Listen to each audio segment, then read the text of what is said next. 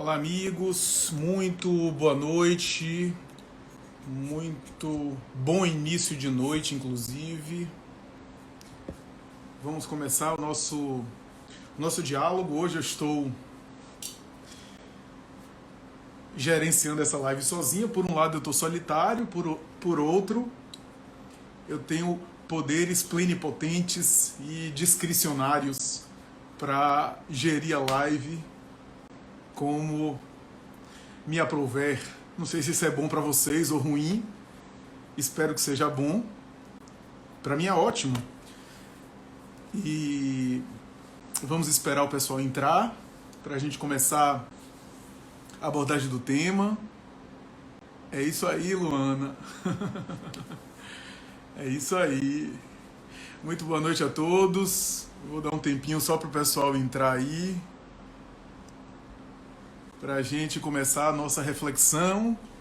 Reflexão que é um tema que eu lido não apenas nos estudos espíritas, mas também na atividade que desempenho do ponto de vista laboral. E vamos tentar fazer aqui uma reflexão interessante sobre esse tema sempre necessário na pandemia, na pós-pandemia, a despeito da pandemia e apesar da pandemia. O tema de saúde mental é um tema sempre caro no sentido de valioso, especialmente nos últimos anos, né? Vamos colocar aqui, os últimos 20 anos tem sido uma época em que a movimentação e a aproximação desse tema é algo impressionante, que não acontecia no passado. Não havia uma preocupação tão intensa assim e tão contundente a respeito de saúde mental como está havendo nos últimos anos. Temas como depressão, como transtorno de ansiedade, como alterações de humor, não eram e não fazem parte do escopo e da preocupação geral das pessoas, a não ser do mundo de saúde mental, dos profissionais que lidam com a temática.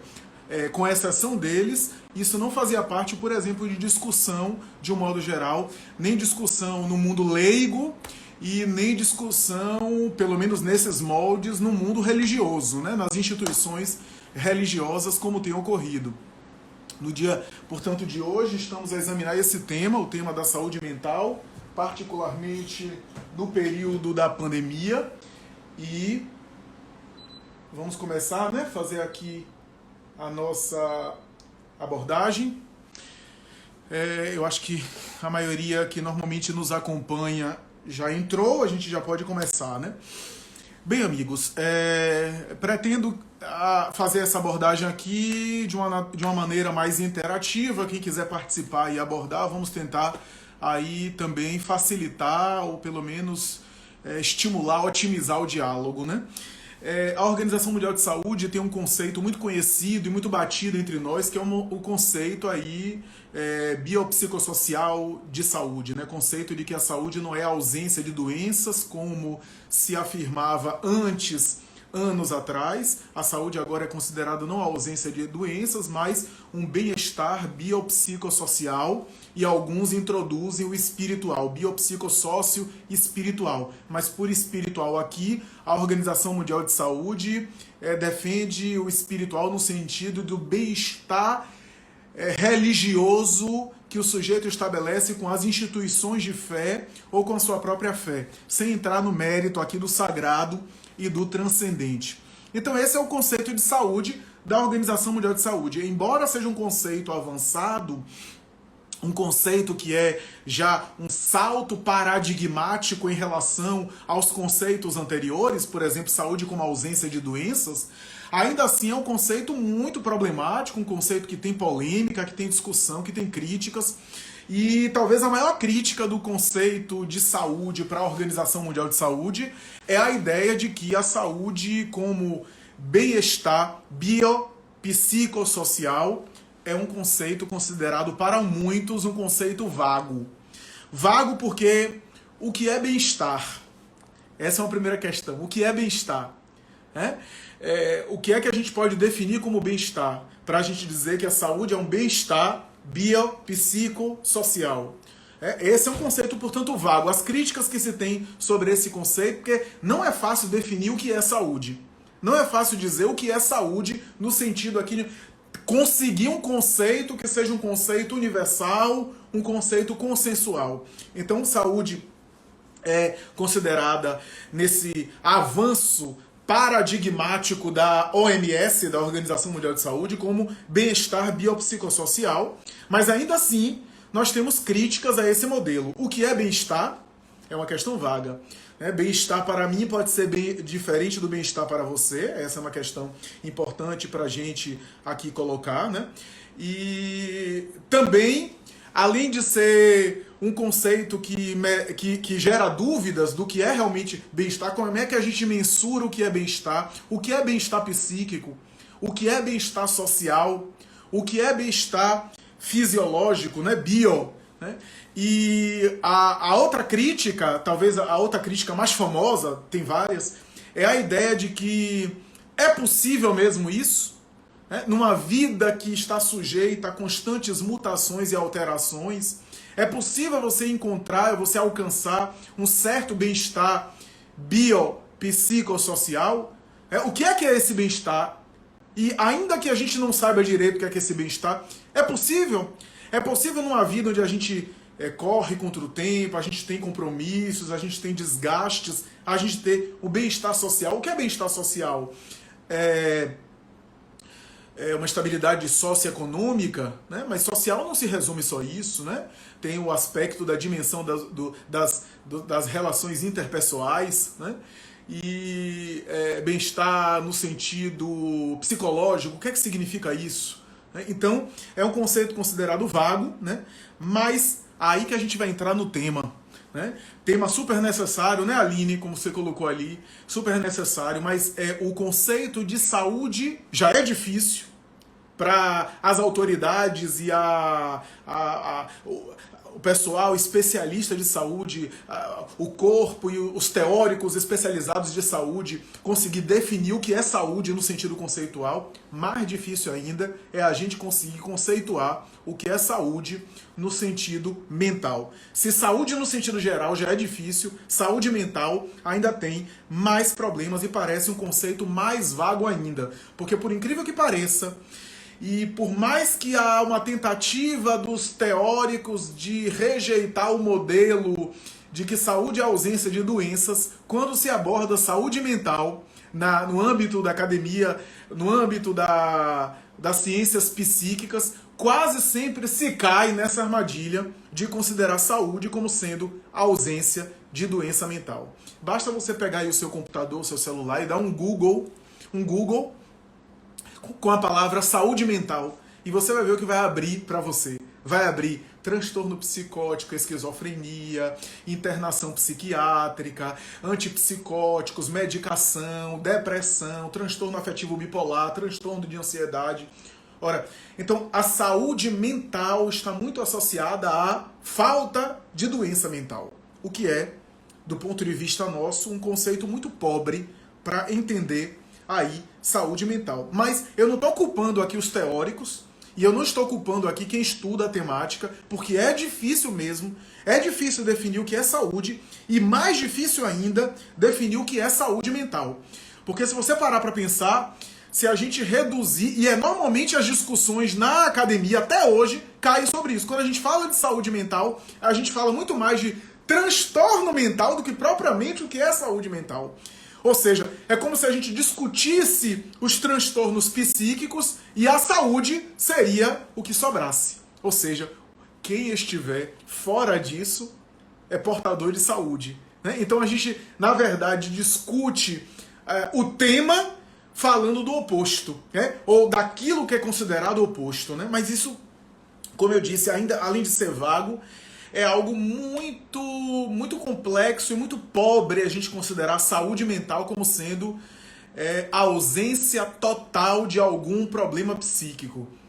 Se é que isso é possível, Como diz o poeta popular, de perto ninguém é normal. Eu acho que nem de perto nem de longe, O conceito de normalidade tem sido cada vez mais revisto nesse sentido, porque o que é normalidade psíquica do que não é, Se a gente for parar para examinar aqui de maneira esmiuçada o que é normalidade psíquica, do que não é normalidade psíquica. A gente vai ter muita dificuldade, porque a linha do que é funcional, do que é estabilidade psíquica, do que não é muito tênue. E a gente pode oscilar e variar muito facilmente. E a gente oscila muito facilmente. Foi sobre esse conceito que o espírito Filomeno de Miranda lançou uma obra chamada Nas Fronteiras da Loucura. A obra Nas Fronteiras da Loucura não é sobre o carnaval. O carnaval aparece e o tema do carnaval no sentido espiritual aparece, mas a obra não é sobre isso. A obra é para falar que nós vivemos nas fronteiras de um transtorno psíquico, que a linha que separa o que é normalidade psíquica do que a alteração psíquica é muito tênue e a gente pode cruzar essa linha muito facilmente. Então, não é só de perto que ninguém é normal, talvez de longe também, né? Então, eu me lembro de Nelson Rodrigues, que tem umas expressões um tanto exóticas, um tanto irreverentes, né? Ele costumava dizer que se a gente soubesse a vida sexual das pessoas, a gente nem apertaria a mão de ninguém. Eu posso parafrasear Nelson Rodrigues para dizer que se a gente soubesse o que é que passa na cabeça das pessoas, tirando aqui do âmbito sexual e falando, se a gente soubesse o que passa na cabeça das pessoas, é capaz de a gente ficar sempre desconfiado e um tanto paranoico, né? Que bom que a gente não tem acesso ao pensamento dos outros, porque isso também seria uma invasão de privacidade e talvez seria incompatível para a gente viver a vida de relação. Então saúde mental não pode ser considerado aqui falta de doença mental, ausência de doença mental, não. A gente pode até dizer que saúde mental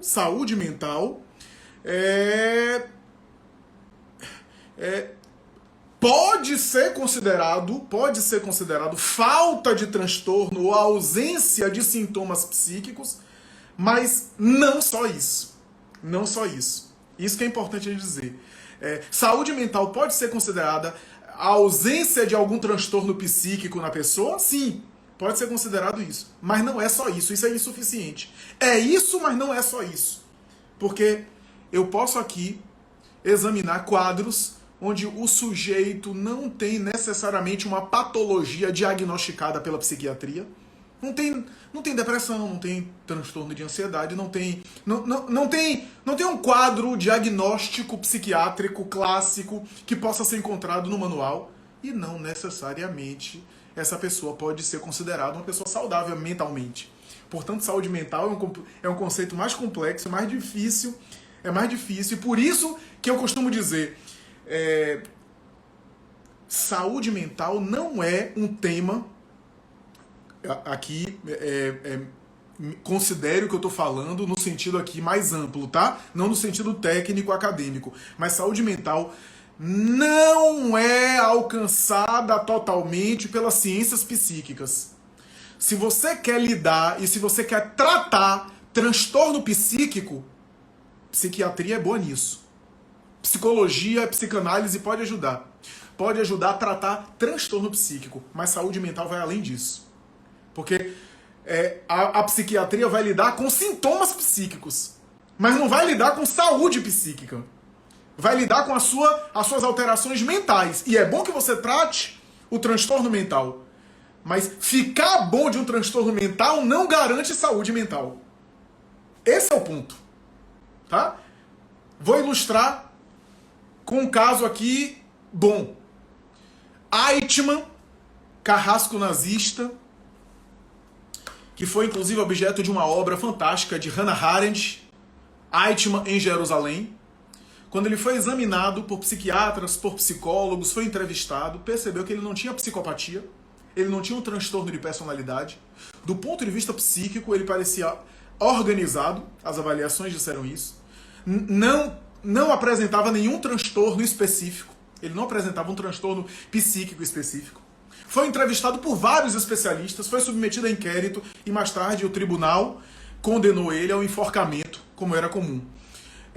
Eichmann respondia tudo de uma maneira bastante tranquila, o interrogatório que ele fazia. E o que foi constatado a ele que não era portador de um transtorno psíquico nenhum. Mas a gente não pode dizer que ele era portador de saúde mental. O que ele respondia nas perguntas é que ele obedecia a ordens. que ele executava as ordens, que ele era um burocrata, né? Que ele achava que fazia parte ali do governo, do terceiro Reich de Hitler, e ele executava aquilo que lhe mandavam. Então, veja, estamos diante de alguém que não consegue ser catalogado em um manual psiquiátrico, mas também não consegue, que a gente não consegue dizer que essa pessoa é portadora de saúde mental, pelo menos no sentido de saúde mental mais amplo. Então, saúde mental é mais amplo do que você não ter um CID-F. Um CID-F é um diagnóstico de algum transtorno mental da psiquiatria.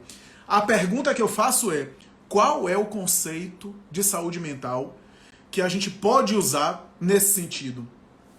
A resposta inicial que eu dou para todos nós é o seguinte: não tem. Não existe nas ciências psíquicas, não existe na sociedade um conceito de saúde mental que agrade todo mundo e que satisfaça tudo. Tá? Então, quando a gente fala em saúde mental, a gente tem que ter em mente isso. Não existe um conceito universal que consiga satisfazer todos e consiga dar conta de tudo a respeito de saúde mental. Mas eu vou tentar aqui fazer um exercício com vocês de tentar elaborar um conceito que aos meus olhos me parece mais adequado, não um conceito acadêmico científico, mas um conceito baseado na obra espírita. E ao examinar a obra espírita, a gente pode chegar a dois conceitos. Um conceito de saúde mental para o ser humano encarnado, ou seja, um conceito de saúde mental que você pode conseguir conquistar aqui agora, e um outro conceito de saúde mental que aí já é para gente grande. Ou seja, um outro conceito de saúde mental que é uma conquista do espírito e que tem a ver com uma semeadura, uma sementeira, um plantio que não é de uma hora para outra. É uma construção, tá? Então, eu vou tentar aqui, como um exercício intelectual e um exercício aqui de raciocínio doutrinário, chegar nesse sentido. Antes de a gente começar aqui esse exercício, eu quero perguntar o seguinte: tá bom o som? Tá ok o som? Vocês estão conseguindo ouvir ok? O som tá bom? Alguém consegue sinalizar isso pra mim?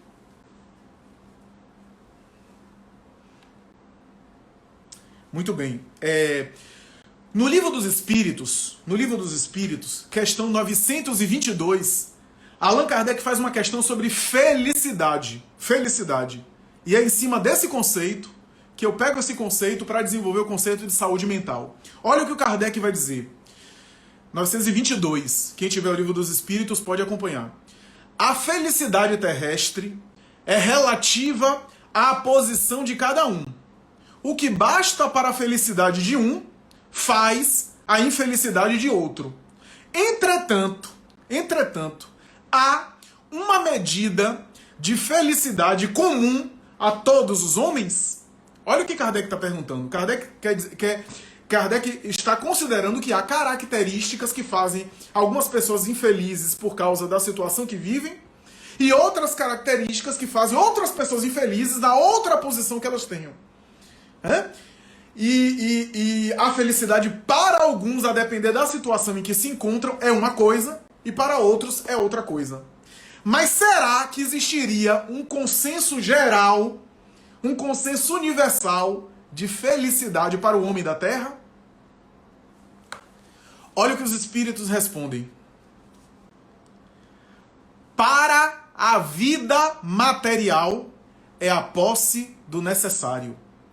Para a vida moral é a consciência tranquila e a fé no futuro. Eu peguei esse conceito de felicidade para dizer que ele pode ser aplicado como conceito de saúde mental em uma visão espírita.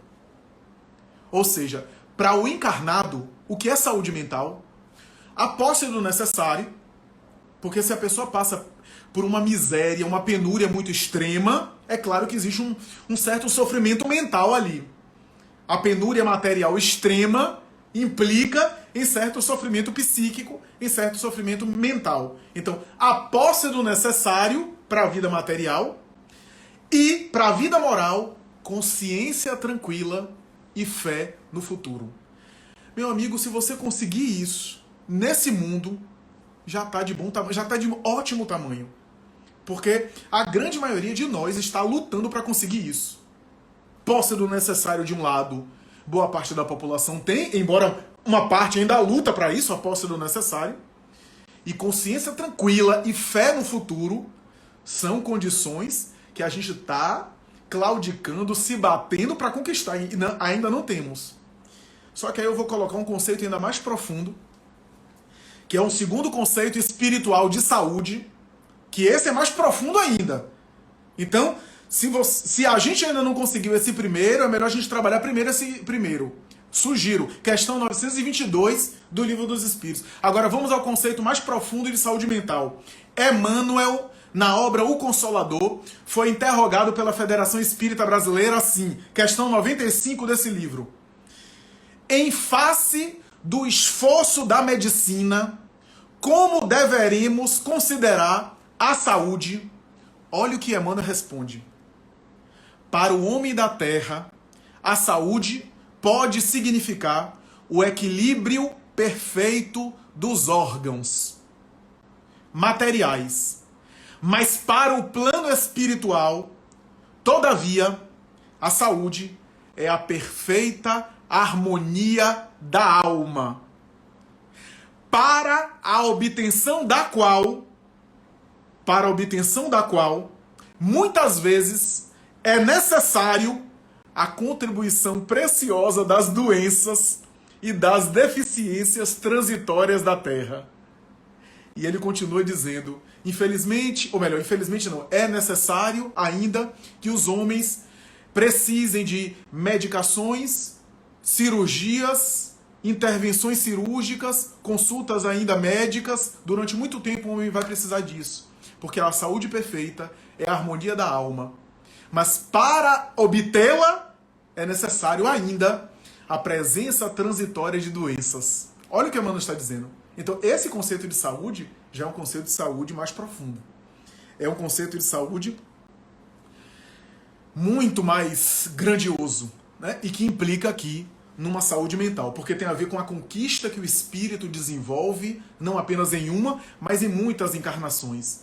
Certa vez perguntaram a Chico Xavier como é que ele se sentia sendo essa referência toda e tão doente, porque era cego de um olho, tinha angina pectoris, que fazia doer muito o peito, tinha problema de próstata, problema de bexiga urinária, havia tido e sendo vítima de algumas infecções, contraiu tuberculose, tinha uma série de comprometimentos da saúde ao longo da vida, porque Chico sempre foi uma pessoa muito doente fisicamente. E ele respondeu assim, o corpo vai capengando, mas o espírito vai ótimo no corpo. Olha a noção que ele tinha de saúde.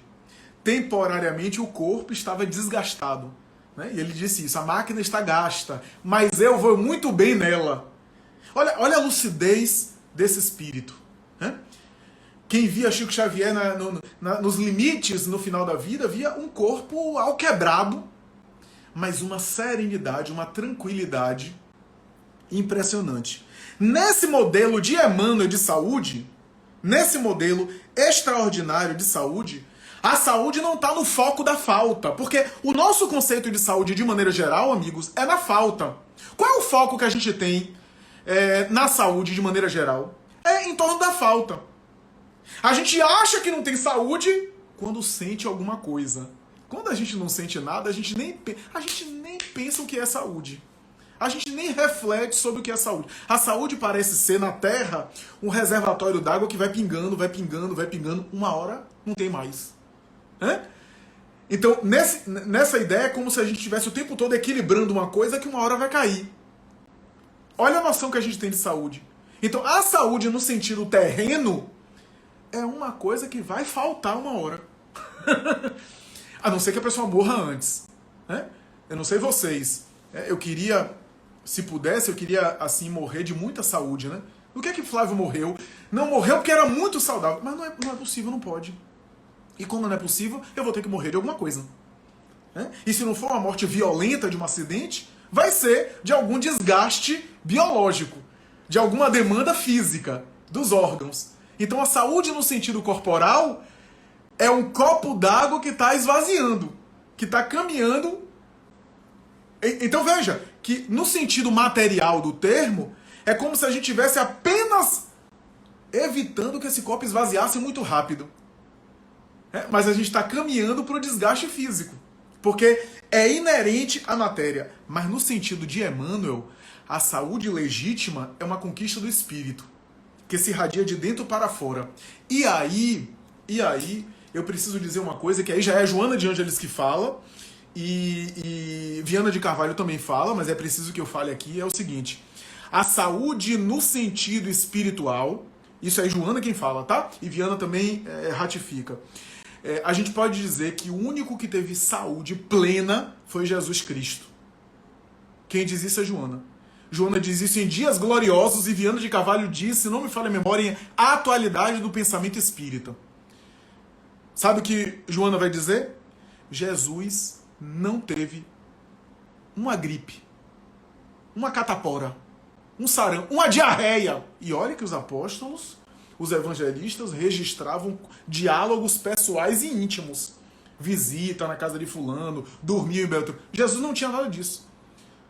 A gente não vai ver Jesus em um momento com infecção intestinal. Porque ali era uma categoria diferente de saúde. Era uma saúde que não era do corpo para dentro. Era de dentro para o corpo. O movimento era contrário. É aquela expressão latina mente sã in corpore sano.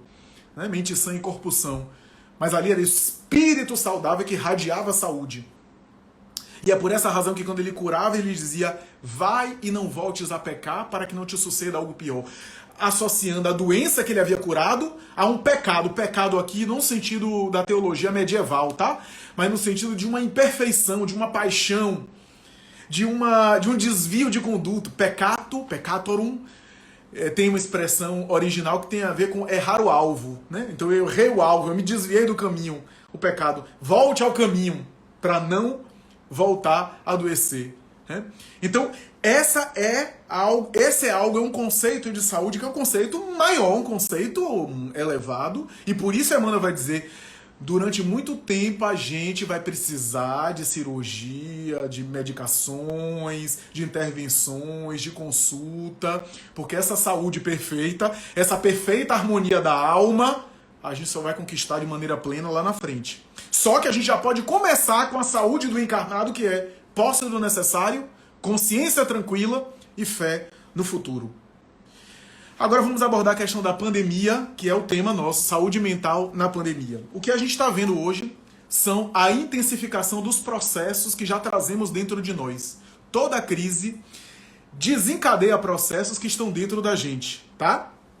Qualquer crise. A gente viu isso na gripe espanhola em 1918, a gente viu isso na Primeira Guerra Mundial, a gente viu isso na Segunda Guerra Mundial. A crise intensifica processos e desencadeia o melhor e o pior que existe em nós. O melhor e o pior que existe em nós aparecem nas crises.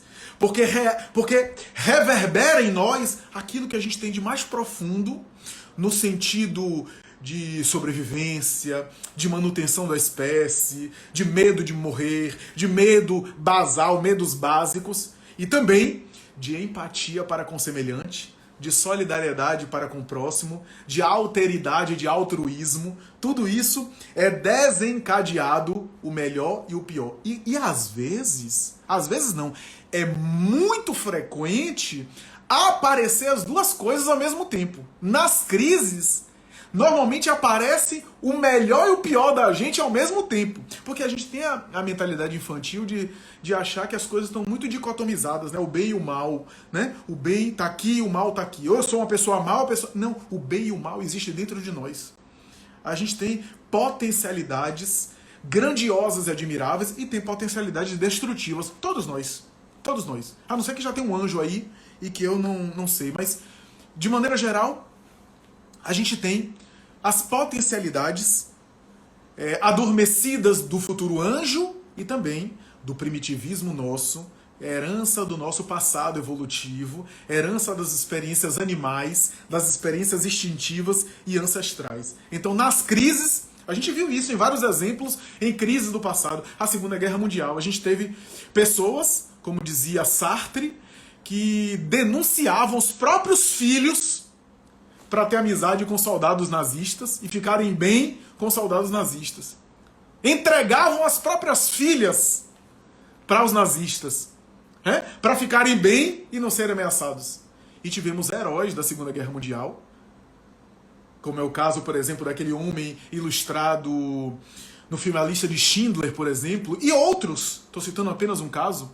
Quantos heróis da Segunda Guerra Mundial que arriscaram as próprias vidas, às vezes para salvar a vida de poloneses, judeus e russos que não eram os seus compatriotas, não eram da sua pátria. Então, a gente tem nas crises isso, o melhor e o pior aparecendo. E na pandemia a gente tem visto isso.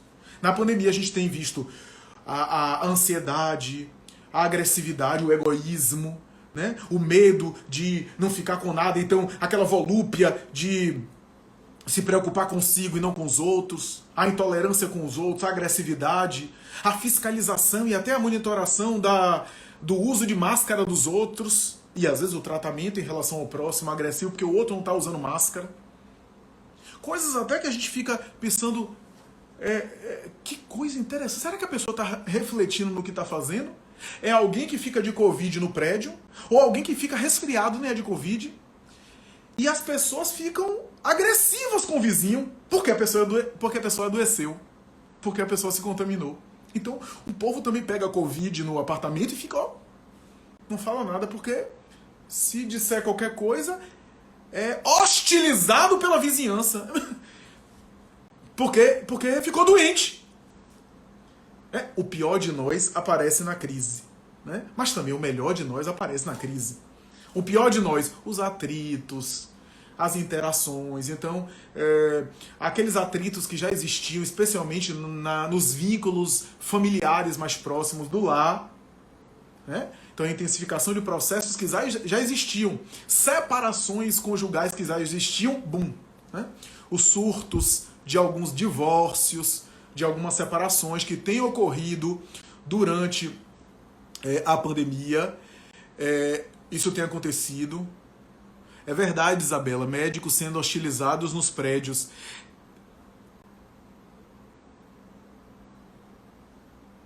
É verdade, Gal. Gente, eu tô lendo algumas perguntas, algumas me passam, tá? Se eu não conseguir catalogar todas, exatamente, Mariana, porque foi o único espírito puro que aqui esteve, exatamente.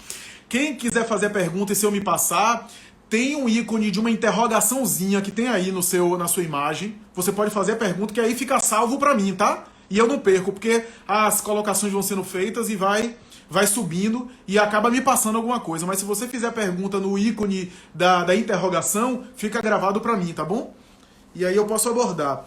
Mas, enfim, a gente tem atritos no lar, né, processos de separação e de divórcio que já estavam em curso e que só aceleraram ou se intensificaram, brigas que já existiam, dificuldades de relacionamento que aí vieram à tona, né?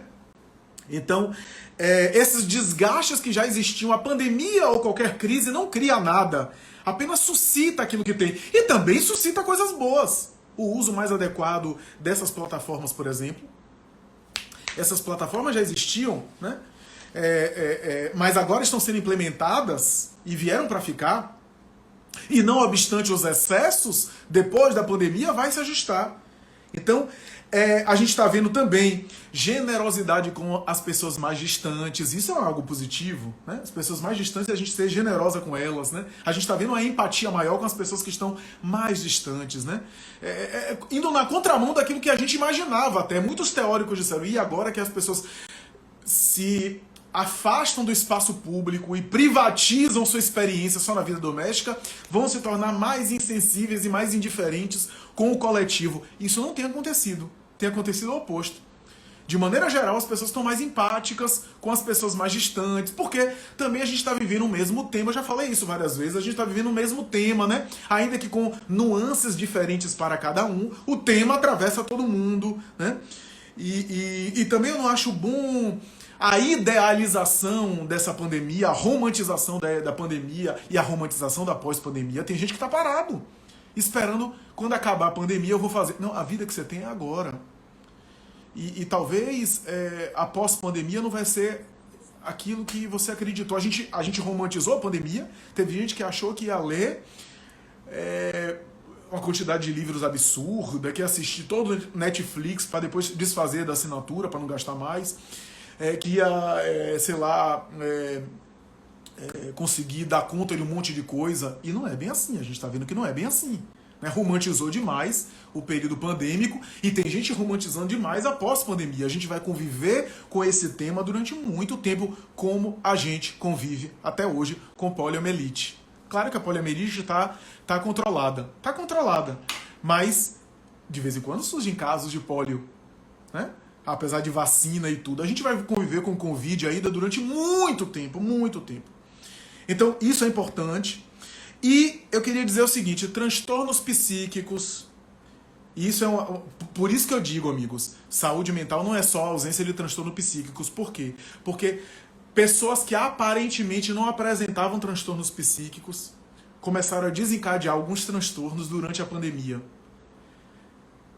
Então, antes tinha saúde mental e agora não tem saúde mental? Talvez não. Talvez já existia aquele processo psíquico em curso e a pandemia só acelerou o desenvolvimento desse processo. Mas o quadro psíquico já existia mesmo sem a consciência do sujeito. Porque às vezes eu posso estar caminhando para uma depressão, mas os sintomas ainda não se tornaram claros para mim. Então, isso é algo... Ou seja, a pandemia agudizou. Muita gente me falou, mas Flávio, eu não tinha depressão, eu não tinha ansiedade, agora eu tô com ansiedade, eu tô com depressão, eu tô com alguns sintomas que eu não tinha antes. Eu desconfio que realmente não tinha antes, ou os sintomas estavam tão brandos que acabaram não aparecendo de maneira geral. Querem ver outras coisas? Só para eu dar tempo e a gente abordar as perguntas que já estão nos chegando aqui, algumas perguntas. Repito, é interessante a gente... Quem quiser fazer pergunta, fazendo ícone de interrogação, porque fica gravado pra gente. Quer ver outras coisas? Traços compulsivos. Tem pessoas que têm... Isso é da ordem dos traços de personalidade, tá? Há pessoas que têm traços de personalidades, que têm tendências, predisposições à compulsão. E essas compulsões podem aparecer em determinados momentos. Isso tem a ver com traço de personalidade. Eu não vou abordar de maneira muito detalhada, porque isso seria outra palestra, outra live. Mas assim, tem pessoas que têm a tendência. E aí, no momento de privação de qualquer natureza, ou de algumas privações, ou de uma ou outra privação, hábitos compulsivos podem ser desenvolvidos. Podem aparecer. Sabe aquela coisa do paciente que era compulsivo por comida, faz a cirurgia bariátrica, não consegue comer muito agora porque o estômago é pequeno, e aí o que é que acontece? Desenvolve outra compulsão? Compulsão por bebida alcoólica, por exemplo. É muito comum. Há estudos na área sobre isso.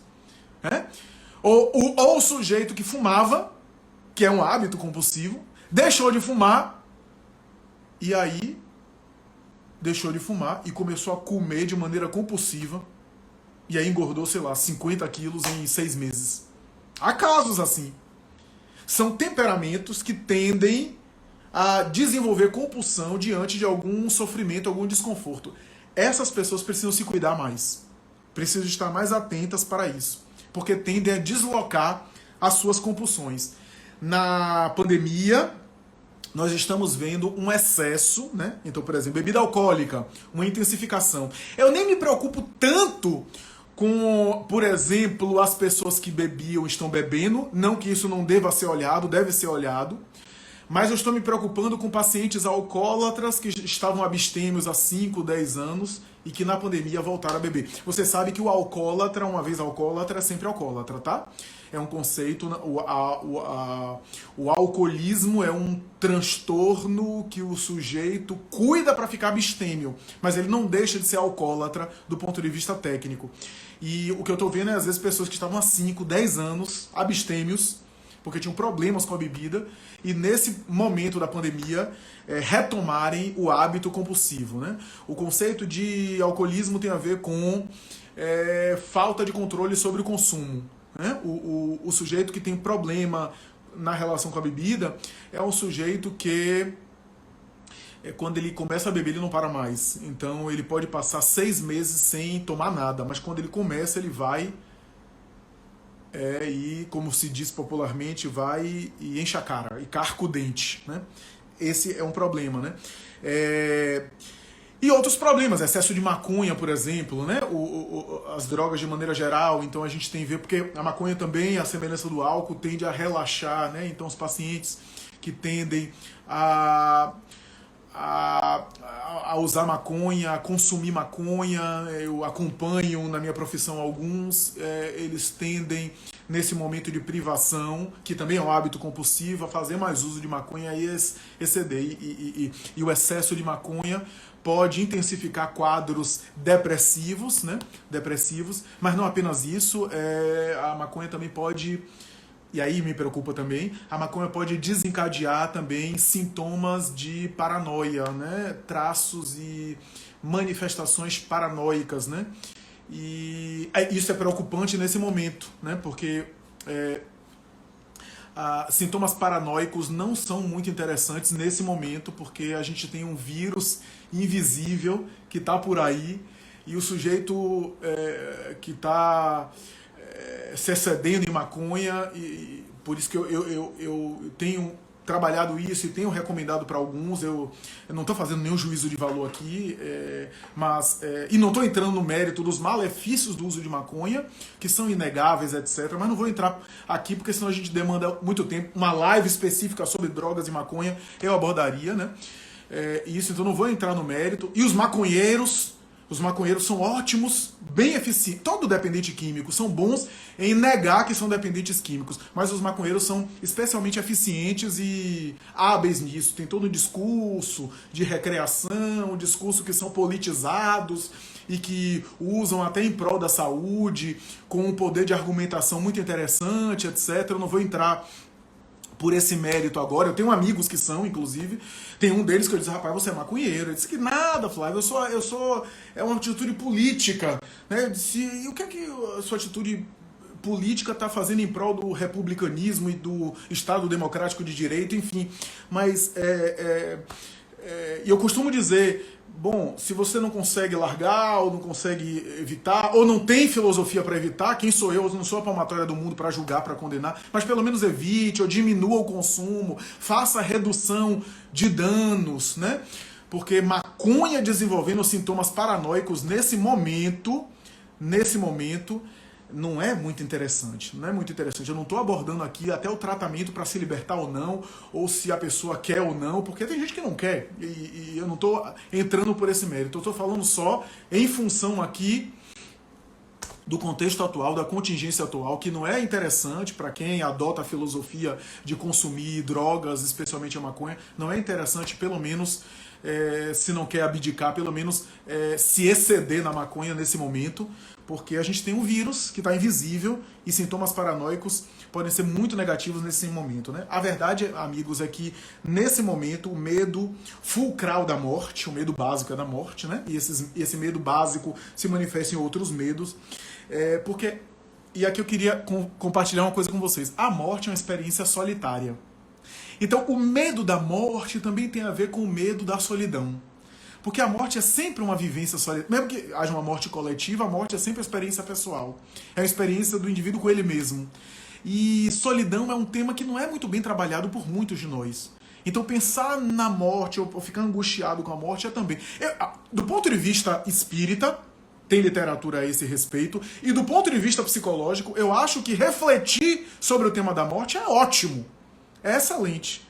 Se a gente refletisse mais sobre o tema da morte, não no sentido mórbido, no sentido do pavor, mas se a gente fizesse reflexões profundas sobre a morte, a vida seria mais interessante até, né?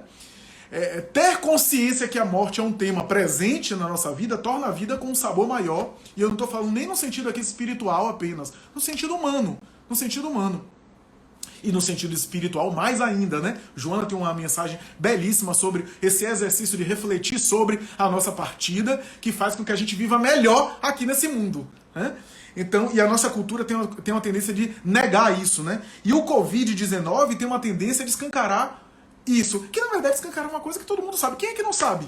Mas a gente finge que isso não existe. Nega que a ocorrência da morte, da finitude, não possa acontecer com a gente. Pode acontecer a qualquer momento. Então, esse tema aparece agora com mais força nesse momento, nessa experiência atual, né? Então, é necessário a gente ter isso, é necessário a gente pensar que muita gente está preocupada, muita gente está ansiosa, algumas pessoas estão irritadas já com o confinamento, já são aí 5 meses ou quase 5 meses, né? As mulheres estão mais sobrecarregadas, é inevitável que as mulheres normalmente tendem a ficar mais sobrecarregadas e são várias variáveis, vários fatores. Não é só machismo também, mas não é só machismo, tem muitos fatores envolvidos aí. E as mulheres que têm filho pequeno, então, mais sobrecarregadas ainda. Tem gente que está muito tensa, muito ansiosa porque pode perder o emprego, ou não sabe se vão perder o emprego, ou já perderam o emprego. A gente tem muitos estímulos, em vez de ficar em casa e ter menos estímulo, a gente estava com mais estímulo, porque a gente está em casa e a gente agora não sai de casa para o ambiente do trabalho e mergulha nos estímulos do ambiente do trabalho. Agora a gente está em casa e a gente tem trabalho de um lado nos envolvendo, vida pessoal de outro, horário comercial já não existe mais, eu já falei isso outrora, né? O horário comercial já não existe mais porque você está online 100%, se você vacilar você trabalha 100% também. Então, isso alterou home office e vida pessoal interagindo ao mesmo tempo, e ao mesmo tempo que você trabalha, você lida com problemas domésticos, com vida pessoal, com o menino enchendo o saco, e tudo isso ao mesmo tempo. Então é necessário que você gerencie isso. Mas uma das coisas que eu gostaria de observar aqui, que é mais interessante, é aquilo que eu tenho chamado de microfísica dos relacionamentos, que é as pequenas coisas que a gente perdeu e que a gente precisa recuperar, né? Porque, amigos, a gente tende quem está tendo relacionamentos profundos com pessoas dentro de casa, relacionamentos intensos com familiares, está tendo relações. Seja relações afetivas conjugais, seja relações com os familiares, está tendo algum tipo de intimidade, de relacionamento, de conversa. Mas o que a gente perdeu, às vezes, e é isso que a gente está tentando, e é importante recuperar, até usando as plataformas, são as conversas banais do dia a dia, que às vezes são válvulas de escape que servem também como uma espécie de alívio da nossa ansiedade. É a conversa no elevador. Elevador agora não é lugar para conversa, aliás, elevador não é nem lugar para mais de uma pessoa, né? Ou pelo menos aglomerações, né? Então a gente não tem mais aquela conversa banal e quase inútil do elevador. A gente não tem uma conversa mais com o motorista do Uber ou do táxi. A gente não tem mais aquele bate-papo com o porteiro. Essas conversas banais que às vezes as pessoas desabafam, esses free talk que a gente faz, às vezes são válvulas de escape que amenizam e que às vezes são importantes para o funcionamento psíquico. A gente não tá tendo isso, né? Microfísica das relações. Eu sei que eu estou utilizando a expressão que é do livro de Foucault, Microfísica do Poder. Eu estou me apropriando desse livro, ou melhor, do título do livro, para falar da microfísica das relações. Não estou entrando aqui no mérito da teoria de Foucault, mas estou utilizando ele para dizer que essas pequenas coisas que às vezes a gente está perdendo e que são essenciais que a gente também recupere, porque isso faz bem para a saúde psíquica e às vezes alivia a ansiedade, né? E que pode ser, de alguma forma, também saudáveis. Uma conversa mais descontraída, né? Uma conversa que não seja uma live para temas sérios, que é importante também. A gente está tendo aqui um momento de conteúdo terapêutico, né? Mas a gente tem também trabalhos muito sérios, né, que a gente está através dos recursos visuais, né? Mas tem outras coisas que a gente pode desenvolver também aí, né? E talvez isso seja a explicação de por que algumas pessoas nessa pandemia têm melhorado na saúde mental. Eu tenho observado isso. Algumas pessoas têm intensificado os sofrimentos psíquicos, mas outras pessoas têm melhorado a sua saúde mental. E aí eu me lembro de um texto de Freud. Freud tem um texto que ele fala que na Primeira Guerra Mundial, alguns pacientes melhoraram e alguns pacientes até consultaram ele menos na Primeira Guerra Mundial. E ele especulava que o sofrimento maior da Primeira Guerra Mundial de alguma forma compensou aqueles sofrimentos particulares de algumas pessoas, né? De algumas pessoas. Então eu tenho visto isso no consultório, né? Eu tenho visto, claro, algumas questões dramáticas, né? Algumas questões dramáticas, quase sempre de relacionamento. Imagine, por exemplo, uma separação agora na pandemia, né? Então, por exemplo, entregar o apartamento, sair do apartamento, chamar alguém para fazer vistoria para entregar o apartamento, né? A dissolução dos bens, né? Ir para outro canto, processos dramáticos que acontecem, né? Por outro lado, a gente está vendo também situações dramáticas de pessoas que começaram relacionamentos na pandemia e agora estão de quarentena privados. Esses são os que mais furam a quarentena aqui para nós, viu? E eu tenho uma simpatia por eles porque eu entendo, pelo menos, né? O afeto. Então eles tentam driblar a quarentena de tudo que é jeito para se verem, né?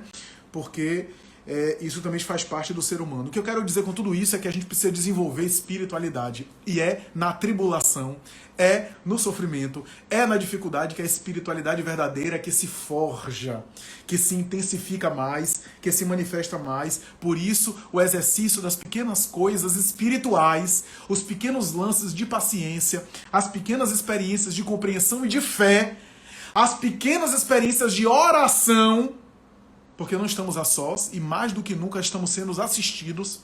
Eu que não sou médium ostensivo, tenho sentido a presença espiritual mais intensa nesses momentos. Os espíritos estão nos ajudando a compensar a distância geográfica com a aproximação afetiva e psíquica. Talvez um dos grandes aprendizados dessa pandemia é que a aproximação é psíquica, é sintonia psíquica e mental, e não necessariamente a aproximação geográfica, né? Então, nós precisamos aí desenvolver isso de uma maneira contundente, né? Eu vou ler algumas perguntas aqui. Eudete diz: Flávia, a saúde mental mexe primeiro com pessoas de risco. Eu, graças a Deus, sempre ajudei as pessoas. O final eu acho que não veio, Odete, mas sem dúvida mexe com as pessoas de risco, né? E é necessário que a gente desenvolva essa tranquilidade de ter medo. O medo não é necessariamente negativo, né? Não tenha medo, não chore. Não, pode chorar, pode ter medo. Esse é um dos lemas também da pandemia, né? Lidar com as suas emoções, né? A gente está vivendo uma situação dramática, uma situação difícil, mas não ser aprisionado pelo medo, não ser capturado pelo medo. E em qualquer idade, desenvolver os recursos aí e o repertório.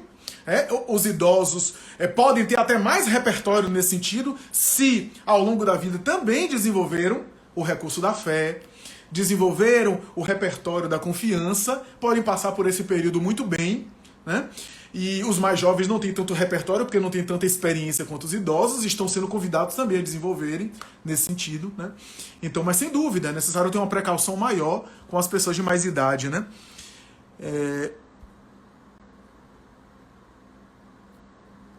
Lu Souza, muito bom, sua fala me trouxe respostas para minhas questões e reflexões e confirmação de reflexões. Muito bem, Lu. Com essa pandemia sinto que fiquei mais ansiosa, preocupada. O que posso fazer para acalmar a mente? A Suzy está perguntando aqui.